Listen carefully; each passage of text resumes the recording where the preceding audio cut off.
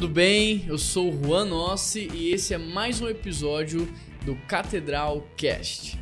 Eu sou a Keila Nossi e é um prazer estar aqui com vocês novamente. Eu sou o Rafael e agora eu tenho uma ideia do que eu tô fazendo aqui. Pessoal, na semana passada nós falamos sobre propósito, né? Sobre entender o seu propósito. Sim. E viver de acordo com ele. Hoje a gente vai falar um pouco mais sobre missão fantasma, porque uma coisa está relacionada com a outra.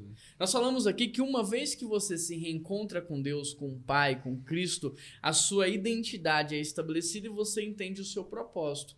Mas existe uma força opressora que com não certeza. Deseja que você viva o seu propósito e ele tenta, de alguma maneira, te tirar dele, né? Só que se ele faz isso de uma forma muito brusca, sim, a gente percebe e você fica atento. Então, para grandes pedras, você tá pronto para não tropeçar. Então, o que o diabo faz? Ele apresenta pra gente algo que nós chamamos de missão fantasma. Você aí de casa, você já ouviu falar desse termo, missão fantasma? Alguma vez você já ouviu falar disso? Porque hoje a gente vai explicar pra você o que significa uma missão fantasma. Keila, o que significa uma missão fantasma?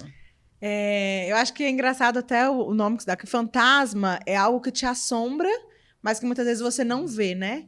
E a missão fantasma é exatamente isso. É algo que te incomoda, que não faz com que você se sinta realizado de verdade. Você tem um certo desconforto, mas você não consegue identificar aonde está.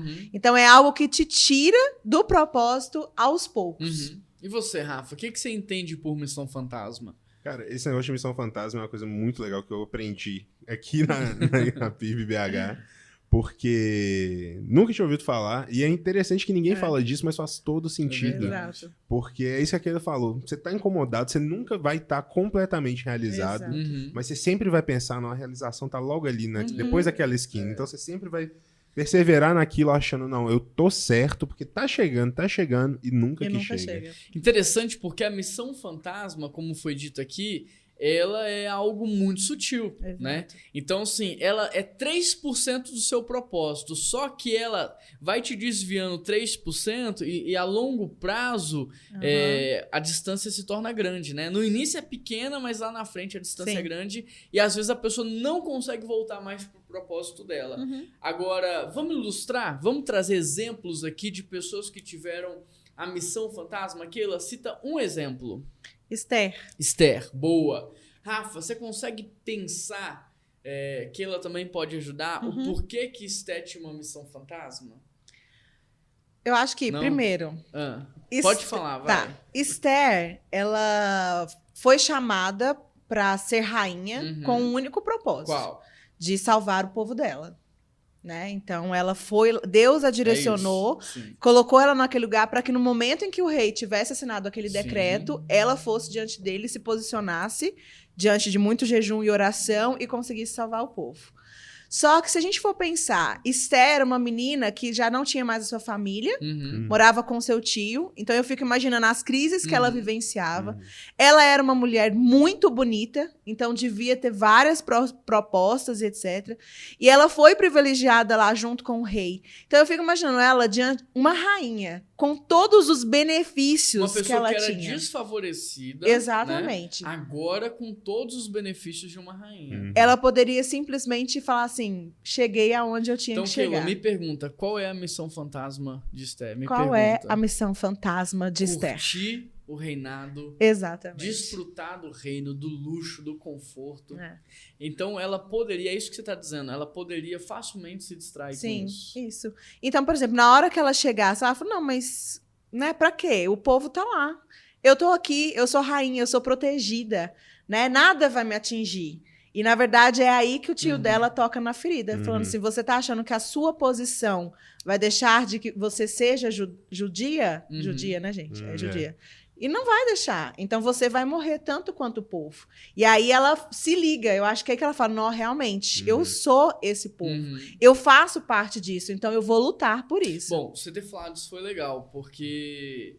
Interessante, olha só. Ela tinha um propósito, apareceu a missão fantasma... Mas Deus não a desamparou, porque Deus enviou alguém para dar um choque de realidade nela, né? E isso Deus faz conosco também. Então, assim, você que está ouvindo a gente aí da sua casa, você já entendeu qual é o seu propósito? Porque se você não entendeu qual é o seu propósito, você não vai perceber a missão fantasma. E você vai cair muito facilmente nisso. Então é muito importante que você avance conosco e que você faça parte desse crescimento para que você possa entender o que a gente está falando. Por exemplo, no episódio anterior, o Rafael trouxe o exemplo de José. Sim. Será que a gente consegue identificar em José uma missão fantasma? Bom, curti também a parte de governo do Egito, mas poderia também ser antes dele ter sido jogado da prisão, só ser servo ali da casa de Potifar e, né? Desfrutar né? do trabalho dele. Porque, olha só, também era um menino subjugado pelos seus irmãos, né? Que foi abandonado. Então, vai imaginando se esse cara não tem uma vida com Deus madura, o tamanho do buraco dentro dele, né? Então, abandonado pelos seus irmãos, ele não tem notícia de que nunca na sua vida o pai vai atrás dele, ele não tem essa dimensão se o pai foi, não foi, como o pai reagiu, ele não tem essa dimensão. Ele vai parar no Egito como escravo, e aí quando ele começa a crescer na vida, vem a esposa de Potifar, que a Bíblia diz que era muito bonita e atraente, e ele tinha todas as chances ali de o quê? De curtir, de desfrutar, de falar assim, vou tirar proveito. E ele foge, né? Ele foge, ele vai, depois ele é preso. Na prisão, ele vai ajudar ali com algumas revelações, alguns sonhos e tal. Mas ele poderia também ter se rebelado lá e chutado o balde e tal. E depois, quando ele vira governador do Egito, eu vejo que ele poderia ter pensado assim, agora eu vou vingar. Exato. Agora eu vou vingar, porque eles vão passar fome e eles vão vir aqui. Ele já esperava isso. Então, agora chegou a minha vez de fazer justiça com as minhas próprias mãos. Talvez essa fosse a missão fantasma de José. Mas é interessante porque ele não se vende a ela, né? E Davi? Davi tem a questão de quando ele fala, eu já fiz tudo que eu poderia fazer, né? Que ele fica lá no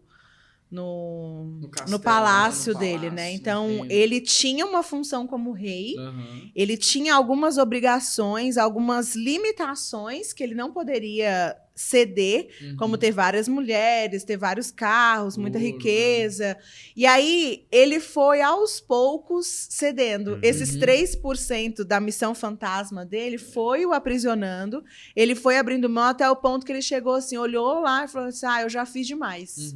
Então eu posso desfrutar. E aí ele quebra completamente a sua integridade diante de Deus. Né? Em Davi a gente aprende que uma pessoa, ela não sai de uma vez do seu propósito, ela vai saindo. Aos poucos. Então, tinha uma profecia para o rei de Israel, como Aquila acabou de falar aqui, que o rei não poderia ter muito ouro, muito cavalo, nem muitas mulheres. Isso. E ele começa a abrir mão disso, né? Como Aquila falou. Era normal na cultura, a cultura aceitava, então que mal tem, né? Ele vai abrindo mão disso, só que ele vai saindo ali os 3%. E aí chega um momento que ele olha pra tudo e fala assim, cara, esse cara sou eu, esse cara não é o Roberto Carlos, esse cara sou eu, olha o que eu fiz, eu sou o cara. E ele fala assim, mano, eu já fiz demais, né, Aquila? Posso agora descansar. É interessante porque ninguém pode tirar férias de Deus. Não dá. Você vai vou trazer aqui um adendo na sua vida. Se você sair de férias, você não tá de férias de ler a Bíblia, você não tá de férias de se relacionar com Deus. Porque, olha, quando a gente tira férias de Deus, a consequência disso nas nossas vidas é cruel. E aí Davi tirou férias de Deus. Eu já fiz demais, eu não vou pra guerra. Aí, ali, os 3% já virou 15%. A distância entre ele e Deus tá grande. Aparece uma grande tentação, que é Betseba. Só que Betseba, ela estava muito relacionada a Davi, porque ela era neta de Aitofel, conselheiro pessoal de Davi, o cara assim que Davi ia lá para ouvir os conselhos. Ela era esposa de Urias, né? Que era um dos soldados de elite de Davi. Davi tinha um exército de 37 soldados que andavam ao redor de Davi o tempo todo. Pessoas que estavam dispostas a morrer por Davi. E aí o servo de Davi vai lá, né? Fala com ele, fala assim, cara, essa gente é sua, o que você tá fazendo? Da mesma forma tem os alertas, né? Deus mandou o alerta para Esther, Deus mandou o alerta para Davi, mas Davi escutou? Infelizmente não. Infelizmente não. E a consequência disso na família de Davi é devastador. É desastrosa. Então, Davi é um exemplo negativo de alguém que não entendeu o alerta de Deus. Bom, você de casa aí, você que está já entendendo o seu propósito, entendendo a sua missão, será que hoje Deus não está trazendo um alerta para você? Será que esse podcast não é um alerta para você? Porque talvez você esteja se desviando do seu propósito. Bom, se a gente olhar para a Bíblia, aí eu pergunto para os dois, tem mais algum exemplo que vocês conseguem enxergar? Eu tô pensando, e assim, eu acho que agora eu vou fazer o papel de quem tá ouvindo, porque essa questão de missão fantasma é nova pra mim também. Perfeito. Mas eu tava pensando em Sansão. Porque ele tinha uma função, né, de ser juiz, de ser um homem extremamente usado por Deus, uma força descomunal. Então ele ali, a função dele era de ser exemplo mesmo, das pessoas olharem pra ele, os inimigos do povo terem medo, e ali ele se contenta na sua própria força, começa a ficar vaidoso, e começa a usar o que Deus deu pra ele para proveito próprio, e ali ele começa a se achar invulnerável, Deus me deu essa força, então ninguém pode nada contra mim, e ali ele se esquece do propósito daquilo que Deus tinha dado, aquela força pra ele. E quantas pessoas tentam parar ele, Nossa, né? Quantos alertas ele recebe, ele não escuta e ele é como um cara obstinado. Eu vou curtir, eu vou desfrutar. E aí Sansão, que era um cara para ter uma voz diretiva, ser ouvido por todos, termina como palhaço. Porque o texto vai falar que ele tava lá e todo mundo dava risada, zombava dele. Então, uma pessoa que foi feita para ser uma direção, luz, uma grande referência, se transformou num palhaço. Né? O que eu acho interessante é que a Bíblia, ela é magnífica, né? Porque ela nos dá exemplo tanto de pessoas que se mantiveram no seu propósito, como ela também nos traz pessoas que aceitaram a missão fantasma e tiveram uma questão de perda, né? E aí eu fico pensando que cada um a missão fantasma abordou um aspecto. Né? Então, Sansão foi muito na questão do poder físico, né? Naquilo que estava nele. Davi foi na questão do ter, né? Dos prazeres, das posses mesmo. E eu José poderia ter sido da vingança. Sim, e eu fiquei pensando em Elias também, né? Que Elias, ele era profeta, e eu fico pensando muito na passagem que ele vence os 400, né? Profeta lá de Balaal, e logo em seguida ele entra numa depressão absoluta. Por quê? Porque a missão fantasma, ele atacou o emocional, né? Ele começou a ouvir um monte de coisas, ter medo de algumas situações, sendo que ele tinha acabado de vivenciar altas coisas com Deus, né? Então, a gente tem que ter esse discernimento de que a única coisa que nos mantém no nosso propósito é a nossa integridade e o nosso relacionamento com Deus. Porque Satanás, ele vai tentar de todas as formas, em todos os meios, seja dinheiro, seja relacionamento, seja você com a sua autoimagem, te tirar do seu propósito e da sua identidade. Eu acho que, para fechar, a gente poderia pegar o exemplo de Jesus. Sim. Porque Jesus, ele tinha um propósito de salvar a humanidade, né? E a missão fantasma de Jesus, ela é revelada em Satanás, quando Satanás oferece para ele o quê? A possibilidade de salvar o homem sem sofrer, sem morrer e sem passar dificuldade, né? E que tentador, né? Porque ele estava numa situação ali propício para ceder, né? Exato. E ele precisa ser firme, né? Isso não acontece só com Satanás ali, mas Satanás também usa Pedro, alguém muito próximo de Jesus, para falar assim: Jesus, você não precisa morrer, não. Pra quê, né? Pra quê? E aí Jesus fala o que pra ele? Afasta-te daqui, Satanás. Então, sim, percebe que a missão, o propósito de Jesus ele tinha tanta convicção disso que ele conseguia perceber quando a proposta era escancarada, como foi com Satanás, mas também como ela era sutil. Como assim, o cuidado de um amigo, né? O cuidado de uma pessoa próxima. E com isso eu quero trazer um alerta para você que está nos escutando, porque às vezes você acha que a missão fantasma vai aparecer, né, no diabo, numa coisa assim gigante. Não, às vezes é a sua família que vai tentar desviar você. Às vezes é um grande amigo que vai tentar desviar você. Então, por exemplo, você está num processo, você está numa construção, você está dando os primeiros passos e a pessoa fala, cara, isso não está te dando dinheiro. Sim. Deixa isso de lado, vai fazer isso porque isso agora dá dinheiro. E às vezes você sacrifica o propósito em torno de uma proposta, né? Então, assim, a gente fechou com os exemplos bíblicos. Vamos tentar ilustrar isso mais na prática, no dia a dia, nos nossos dias mesmo, assim. Como é que essa missão fantasma pode acontecer na vida de alguém? Pensa aí. Estão pensando? Então eu vou... Inicia aí que a gente ativa. O adolescente, né? O que os pais dizem para a criança? Ela diz assim, o que você quer ser quando crescer? Bom, essa já é uma pergunta errada. Não façam essa pergunta para o seu filho. Por quê? Porque a questão não é o que ele quer ser, mas sim o que ele foi criado para ser. E aí, a gente vai direcionando a criança, o adolescente, o jovem, não em torno do propósito dele, mas a gente vai direcionando em torno daquilo que dá dinheiro, né? Então, os jovens hoje, eles escolhem a profissão não com base naquilo que eles nasceram para fazer, mas com base naquilo que dá fama, poder e estabilidade. Sim. Que talvez foi mais ou menos o que o diabo ofereceu ali para Jesus, né? Que não parou. Então, a gente percebe que ainda hoje essas propostas estão sendo feitas. Sim. 2 exemplos que eu pensei aqui, pensando, né, no meu papel. Primeiro, como mãe, eu acho que eu tenho um propósito muito claro de ser plataforma para os meus filhos, né, de criar para eles ali uma base deles serem enviados para o mundo e cumprirem o propósito deles. Mas eu tenho que tomar muito cuidado para não entrar numa missão fantasma no sentido de ser uma mãe perfeita. De querer satisfazer os meus filhos em todos os momentos, achando que na minha suficiência eu vou trazer alguma transformação para eles. E, na verdade, o meu papel como mãe é fazer com que eles olhem para Cristo, não para mim. Porque eu não sou perfeita. O pai perfeito, o filho perfeito é Deus e Jesus Cristo. Então, eu tenho que estar o tempo todo, porque senão eu viro escrava disso. Eu chego no final do dia e eu vou chorar, porque eu fiz isso, fiz aquilo, e, na verdade... Perdi a paciência. Exato. Eu sou falha, não tem jeito, eu não vou ser. Então, eu tenho que chegar no final do dia e reconhecer. Filho, eu errei nisso, mas Jesus, entende? Fazer essa referência para ele. E da mesma forma como esposa, né? Às vezes, a gente entra no casamento muito com a intenção de nos satisfazer. Eu quero casar porque eu quero ser feliz, né? Porque eu quero ser uma mulher diferente. Não sei, a gente cria um monte de coisa na nossa cabeça. E no dia a dia do casamento, a gente vai se machucando, porque a gente se frustra.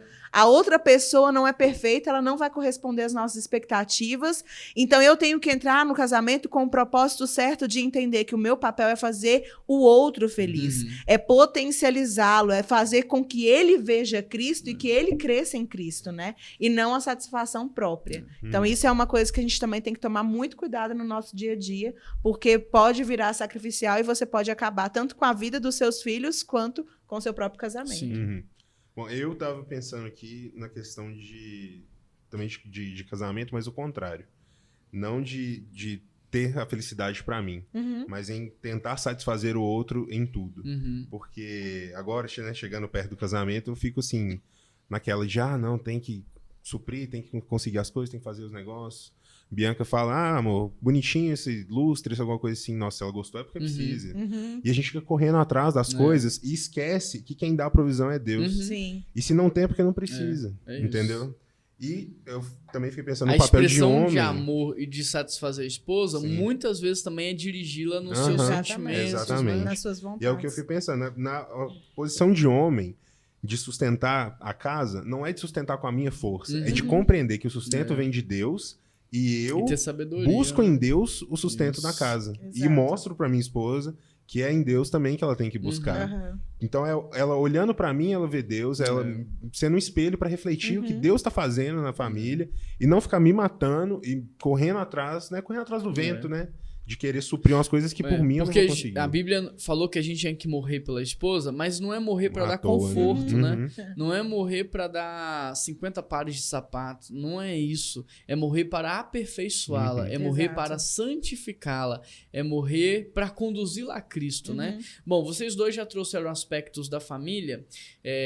E eu penso o seguinte, que a gente também pode ceder a missão fantasma no aspecto do trabalho. Sim. Então, por exemplo, eu posso sacrificar o que é primordial, o que é primícia, o que é importante, como a minha esposa, os meus filhos em prol do trabalho. Sim. E às vezes eu tô pensando o seguinte, não, eu amo tanto que eu trabalho 20 horas por dia. Eu amo tanto que eu já nem tiro férias, né? E na verdade você tá perdido na sua missão fantasma, porque amar não é suprir luxo, amar é estar presente. Exatamente. Amar é trazer direção. Amar é você estar junto nos momentos mais importantes da vida, né? E eu vejo isso acontecendo muito, com muitos homens e muitas mulheres hoje, né? Então olha que interessante, porque hoje um homem, ele passa mais tempo com pessoas desconhecidas do que com a sua própria família, às vezes comemora mais com colegas de trabalho do que com a própria família. E a esposa também. Olha que loucura que a gente vive hoje, porque nós chegamos a um ponto de homem e mulher deixar filhos com pessoas desconhecidas, correndo o risco de abuso, correndo o risco de violência, de muitas coisas, em prol de algo tão desnecessário que é um banco de couro no carro, que é um carro 7 lugares, que vai usar uma ou outra vez, que é uma casa gigante, que não vai estar cheia sempre. Nem fica em casa, né? Não, nem fica em casa. Então, às vezes eu ouço assim, não, porque meu filho gosta do banco de couro. Criança meu filho gosta de casa grande. Meu, dá uma lata pro seu filho, uma garrafinha, um lápis, e vai brincar com ele, que você vai fazer ele muito mais feliz, né? Você já perguntou pra sua família o que eles querem? Porque às vezes você acha que eles querem tudo isso, e eles estão dizendo, não, eu queria você aqui. Exatamente. Então, percebe? A missão fantasma não é só algo tão grandioso como libertar o povo de Israel do Egito. A missão fantasma, ela atrapalha tudo. Na relação entre marido e mulher, relação com o filho, a relação com o dinheiro. Porque, por exemplo, a Bíblia não diz que o dinheiro é o problema. A Bíblia diz que o amor ao dinheiro é o problema. Então, quando você torna o dinheiro o senhor da sua vida, bom, aí tá um problema gigante, né? Uma coisa que eu acho legal nessa relação trabalhista é porque a gente, às vezes, coloca o trabalho como um fim em si mesmo, né? E, na verdade, Deus te colocou aonde você está trabalhando, na sua profissão, fazendo o que você está fazendo, para você ser luz e para você expandir o reino dele neste local. Porque outras pessoas não terão acesso. Só que você chega, você não cumprimenta o outro, você não se relaciona, você não é intencional em perguntar se o outro está bem ou não. Então, a sua missão fantasma está sendo ali você trabalhar por trabalhar. Você perdeu o propósito de que o meu colega do lado não está bem hoje e eu preciso saber o porquê e auxiliá-lo, né? Então, essa questão trabalhista também vai muito nisso, de que você se resume às suas atividades. E a gente esquece que o propósito eterno de Deus é o relacionamento e a reconciliação das pessoas com Cristo. Isso daí a gente acaba até se justificando que, não, Deus, eu trabalho, eu ganho bem pra caramba, eu ajudo, nossa, me sustento missionário, eu dou o meu dízimo é alto, eu faço não sei o quê, mas a que custo, entendeu? Exatamente. Você tá abrindo mão dos seus princípios, dos seus valores no trabalho. Você tá fazendo coisa errada, que você sabe que é errado, e tá usando o dinheiro que você ganha para justificar isso. Porque Deus não quer isso. Deus não quer que você venda seu princípio moral em troca de dinheiro, porque o que ele quer é sua vida, ele não quer seu dinheiro. Então, se você tá dando sua vida para justificar que você tá ganhando dinheiro para sustentar alguma coisa, você já tá errado aí. Bom, a gente começou falando de missão fantasma muito aqui em cima, né? E eu espero que a gente tenha conseguido trazer isso mais para sua realidade, como a Keila falou, de maneira mais palpável, mais tangível e até mais simples, né? Bom, você que está nos ouvindo aí, enquanto pai, qual tem sido a sua missão fantasma? Enquanto mãe, né? Enquanto homem, porque hoje o homem também está numa faceta de missão fantasma de omissão. Exatamente. Né? Falta a mulher, qual é a missão fantasma? Será que não está sendo em competir com o homem, ao invés de somar os dois? Qual está sendo a sua missão fantasma enquanto filho? Né? É bom a gente entender, primeiro no aspecto primário ali da relação com Deus, a relação familiar, e depois a gente expandindo isso para a relação de trabalho, propósito, vocação e tudo mais. Se você tiver dúvida, eu quero deixar aqui a oportunidade de você mandar pra gente. Então, se você está ouvindo no Spotify, a gente tem um Instagram, manda lá no Instagram da PIBBH. Logo a gente vai ter o Instagram também aqui do Catedralcast. Se você está ouvindo no YouTube, eu vou te pedir um favor também. assina o nosso canal. Sim. Se você gosta desse conteúdo, se esse conteúdo tem te abençoado, assina o nosso canal, deixa o like e compartilha. Porque às vezes isso que tá fazendo sentido para você pode mudar a vida de alguém. É verdade. E todo mundo ganha quando uma pessoa cresce e melhora, né? Com todo certeza. mundo ganha. Às vezes um homem que entende o seu propósito, uma família, uma geração inteira vai ser abençoada. Então, assim, deixa Deus te usar, compartilha esse podcast no Spotify. Não sei qual plataforma você tá ouvindo, né? Mas compartilha, curta, porque dessa maneira você tá ajudando a gente a continuar esse projeto tão legal, né? Isso aí. Bom, vou deixar o pessoal despedir aí, dar as palavras, as considerações finais. Depois eu despeço. Tchau, galera! Não tem consideração final, não. Valeu. É isso, gente. Obrigado pela atenção de vocês, o tempo de vocês. Um grande abraço e semana que vem tem muito mais. Até!